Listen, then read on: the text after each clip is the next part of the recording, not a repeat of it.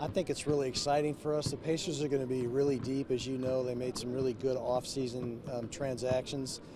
If you look at a guy like Georges Niang, the chance of him making the club is pretty good, but also there's a pretty good likelihood that we'll see him here in Fort Wayne. So the deeper their bench is, the better it is for us here in Fort Wayne to have some of that top-notch talent.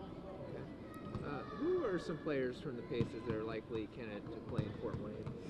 Well, they still haven't released that yet. I mean, we're hopeful. The young man that played at Indiana last year, the three-point shooter, Zeisloff, we hopefully, maybe he's a guy that we could end up on the roster. Georges Niang is another one that we think maybe hopefully some point we can see some time with. Poitras, who played for Kentucky, is another potential name that might end up with us. So, we're keeping our fingers crossed. It all really depends on how training camp goes, which just opened up in Indiana this week, and then how that progresses. But I think there's a strong likelihood you'll see one of those guys, if not all three of them, at some point this season.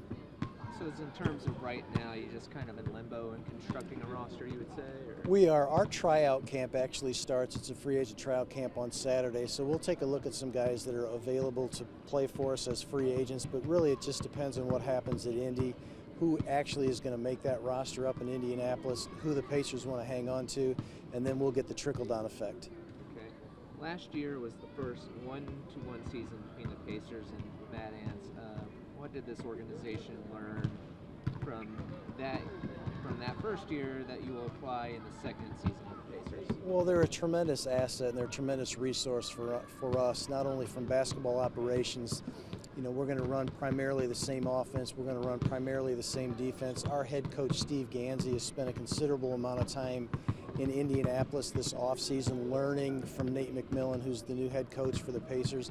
And then from a business perspective, marketing, sales, human resources, all of those things. We're one big family. There just happens to be 10 of us that work here in Fort Wayne as representatives from the Pacers, and you'll see more and more of co-branding between the Pacers and the Mad Ants than probably you've seen the last year or so. Is there anything else you'd like to add? My deal is I'm new to the market. I'm a Midwestern kid. I grew up in Illinois. I'm back in the Midwest. I'm happy to be here.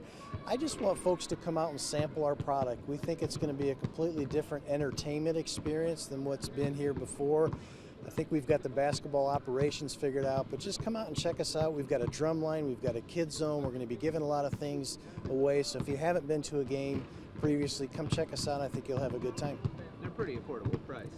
Tickets start at $6, and on opening night we're giving away replica rings. We're going to give away hats, T-shirts, bobbleheads. It's going to be a fun year this year. Just come see us. Fun family night. Fun family, affordable, safe, clean environment, and something to do in the winter.